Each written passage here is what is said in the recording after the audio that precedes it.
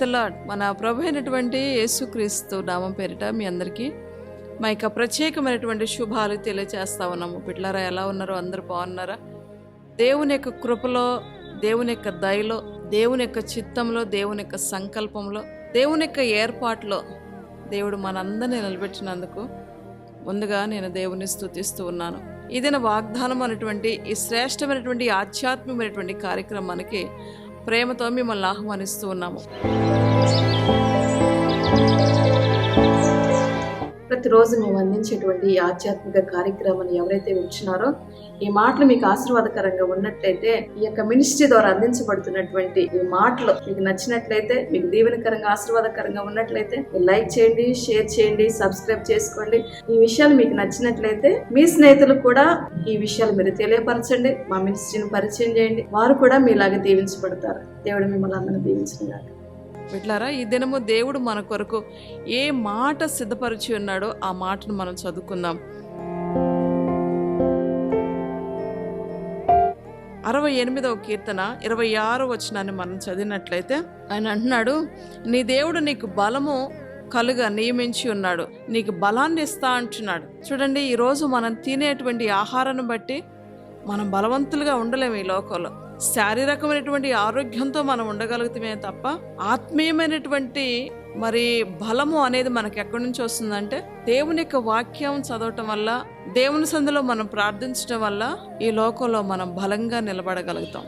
నువ్వు ఒకవేళ ఈరోజు ఎక్కడుండి వింటున్నావో, బలహీనమైనటువంటి పరిస్థితిలో నువ్వు ఉన్నావేమో, దిక్కుతోచినటువంటి పరిస్థితిలో ఉన్నావేమో, నీ బలమంతా ఉడిగిపోయి నీ శరీరంలో సత్తువ లేని దానిగా, ఆరోగ్యం లేనివాడిగా, ఆరోగ్యం లేని దానిగా, బలం క్షీణించిపోయి, ఆరోగ్యం క్షీణించిపోయి, శరీరంలోని మరి ఎక్కడ కూడా స్వస్థత లేనివాడిగా నిరాశలో ఉన్నావేమో, అస్వస్థ ఉన్నావేమో, అనారోగ్యంతో ఉన్నావేమో, కృంగిపోయినటువంటి మనసుతో నువ్వు ఉన్నావేమో. ఆయన అంటున్నాడు, నీకు నేను బలము కలుగా అనుగ్రహించి ఉన్నాను అంటున్నాడు అనమాట. మనం వాడేటువంటి మెడిసిన్స్, మనం తినే ఆహారం కన్నా దేవుడు నీకు ఇచ్చే బలము ఎంతో శ్రేష్టమైనది. దేవుడు ఇచ్చేటువంటి ఆరోగ్యం నీకు ఎంతో శ్రేష్టమైనది.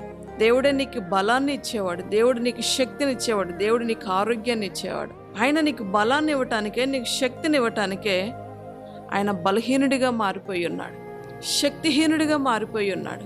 నీ కొరకు ఆయన రక్తం చిందించి ఉన్నాడు, నీ కొరకు ఆయన ప్రాణం పెట్టి ఉన్నాడు. ఆయన పొందిన దెబ్బల చేత నీకు స్వస్థత అని చెప్పి ఆయన మాటిస్తూ ఉన్నాడు. నిన్ను బలవంతునిగా మార్చడానికి, నీకు బలాన్ని ఇవ్వటానికి ఆ బలవంతుడైనటువంటి దేవుడు నీ కొరకు బలహీనుడిగా మారిపోయాడు. ఆ దేవుని దగ్గర నుండి వచ్చేటువంటి బలము ఎలా వస్తుంది? నువ్వు చేసేటువంటి ప్రార్థన, నువ్వు వాక్య ధ్యానము, వాక్యం చదవటం వల్ల నువ్వు ఆత్మీయంగా బలపరచబడతావు, ఆత్మీయంగా స్థిరపరచబడతావు. ఎన్ని కష్టాలు, బాధలు, బలహీనతలు నీ ముందు నిన్ను చుట్టుముట్టినా సరే, అప్పుడు నువ్వు బలవంతుడిగా నిలవబడతావు అన్నమాట. ఈ బాధ నన్నేం చేయలేదు, ఈ బలహీనత నన్నేం చేయలేదు, ఈ అనారోగ్యము నన్నేమి చేయలేదు, ఈ రోగం నన్నేం చేయలేదు అని చెప్పేసి అప్పుడు నువ్వు దేవుని కొరకు బలంగా నువ్వు నిలబడగలుగుతావు. బిడ్డలారా, నువ్వు తినే తిండిని బట్టి నువ్వు బలంగా ఉండవచ్చు, కానీ చిన్న సమస్య రాగానే నువ్వు ఎంత బలవంతుడివైనా సరే నువ్వు కృంగిపోతా ఉంటావు, డౌన్ అవుతా ఉంటావు అన్నమాట. కనుక ఈరోజు ఆయన అంటున్నాడు, నేను నీకు బలమును అనుగ్రహించి ఉన్నాను అంటున్నాడు అనమాట. బిడ్డలారా, ఆయనకు బలాన్ని ఇచ్చేటువంటి దేవుడు, బలహీనమైనటువంటి శరీరాన్ని బలపరిచేటువంటి దేవుడు. ఆత్మీయతలో బలహీనమైపోయినా సరే ఆత్మీయతలో మరలను బలాభివృద్ధినట్లుగా ఆయన నీకు ఆయన బలాన్నిచ్చి, ఆయన శక్తినిచ్చి నిన్ను ఆయన నిలబెట్టగలిగినటువంటి దేవుడై ఉన్నాడు. బిడ్డలారా, కనుక అధైర్యపడొద్దు. దేవుని యొక్క బలం కావాలి ప్రతిరోజు, దేవుని యొక్క శక్తి మనకు కావాలి, దేవుని యొక్క ఆరోగ్యం మనకు కావాలి, ఆయన స్వస్థత మనం పొందుకోవాలి. అన్ని కోణాల్లో మనం బలవంతులుగా నిలబడాలి, అన్ని విషయాల్లో మనం బలవంతులుగా ఉండాలి. ఆత్మీయస్థితిలో బలంగా ఉండాలి, ఆర్థిక పరిస్థితుల్లో బలంగా ఉండాలి, ఆత్మీయంగా కూడా మనం బలపరచబడాలి, ఆరోగ్యపరంగా కూడా మనం బలపరచబడాలి. అన్ని కోణాల్లో మనం బలవంతులుగా ఉండాలి. అంటే దేవుడి వల్లనే అది సాధ్యం అన్నమాట.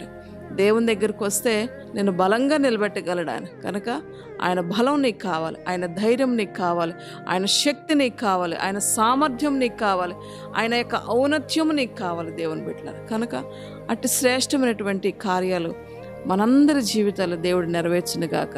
ఆమేన్. ప్రార్థన చేసుకుందాం. ప్రేమ కలిగిన మా తండ్రి, దయగలిగిన యేసయ్యా నీకు వందనాలు. ఈ మాటలు విన్న ప్రతి ఒక్కరిని దీవించమని వేడుకొంచున్నాను. బలహీనమైన ప్రతి శరీరాన్ని బలపరచమని వేడుకొంచున్నాను. ఎవరైతే అనారోగ్యంతో ఉన్నారట్టి వారందరినీ మీరు స్వస్థపరచమని వేడుకొంచున్నాను. ఆత్మీయంగా బలపరచండి, ఆరోగ్యంగా బలపరచండి. ఆత్మీయంగా నాయన ఆరోగ్యకరంగా మీరు ప్రతి బిడ్డను కూడా బలపరచమని వేడుకొంచున్నాను. నూతన శక్తి, బలమును, ఆరోగ్యాన్ని దయచేయమని వేడుకొంచున్నాను. నీ కృపలో కాపాడి నీ దయలో వర్ధల చేసి మీ నామానికి మహిమ తెచ్చుకోమని మీరు ఆశీర్వదించమని యేసు పరిశుద్ధ నామను బట్టి ప్రార్థించి స్తుతించి అడిగి వేడుకొంచున్నాను తండ్రి. ఆమేన్. క్రీస్తునందు ప్రియులారా, ఈరోజు ఎవరైతే మ్యారేజ్ డే, బర్త్డే చేసుకుంటున్నారో అట్టి వారందరికీ కూడా ఆయన ఇస్తున్నటువంటి వాగ్దానం ఏంటో తెలుసా? నేను నీకు బలాన్ని ఇస్తా అంటున్నాడు. ఈ సంవత్సరం అంతా కూడా దేవుడు నిన్ను శక్తితో, బలముతో, జ్ఞానముతో ఆయన నింపి ఆశీర్వదించేటువంటి దేవుడై ఉన్నాడు. కనుక ధైర్యంగా ఉండండి, దేవుని మాటలు నమ్మండి. ఈ మాటలు దేవుడు దీవించును గాక. ఆమేన్.